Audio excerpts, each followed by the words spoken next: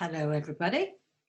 It's me again on the topic, still on the topic of confidence. And I may look a little bit like a ghost. The sun, it's a glorious day here in Plymouth in Devon, and the sun is blazing in through my windows, and I can see it bouncing off my face. So you'll just have to excuse that. So I wanted to talk to you about confidence, and one of the things about confidence is the words that we use, the language that we use, how we go about saying things. Now, often people who don't feel very confident, they will speak in very tentative terms.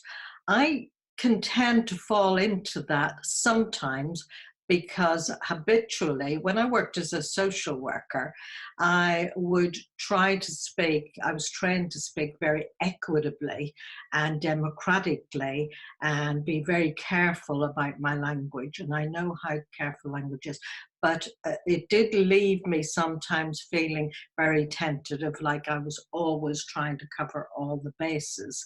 And so I would tend to qualify what I was saying. And actually what I'm doing now is qualifying what I'm saying, as opposed to just saying words can be very powerful.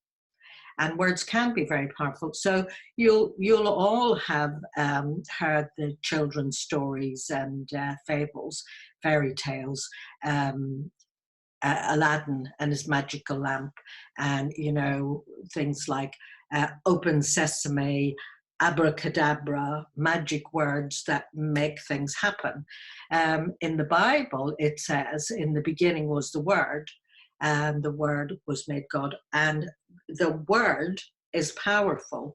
Words carry their own vibration. We're all vibrational beings. Everything is energy. Everything is vibration.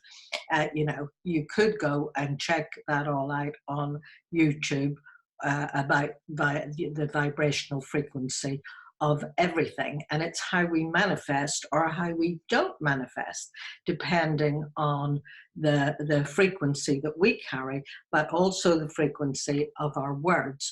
So words are very powerful, and we can create our own reality, for better or for worse. Often we can use words that disempower us, like well, one day I want to do X.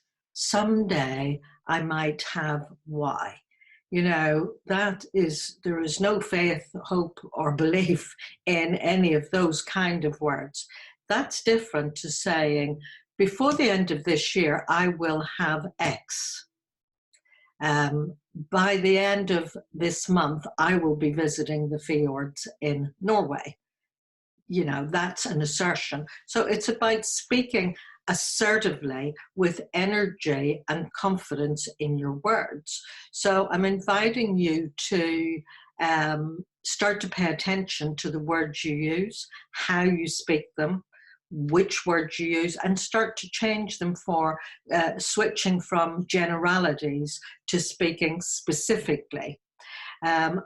When I was a younger woman and not feeling very confident at all, I was very struck by one of the quotes from Goethe, and it was this. I'm just going to read it off my screen. Whatever you do or dream you can, begin it. Boldness has genius, power, and magic in it. Begin it now. So being bold, which is kind of the opposite to being timid. Being bold, you don't have to be, some people think if you're being bold that you're being loud or aggressive or overpowering. No, you can be bold in a gentle and soft but assertive way. And if you want to be confident, if you want to build confidence, you need to decide to speak assertively. Say what you mean what you say, and be clear. So I'll watch out for more little sound bites on confidence. Bye for now.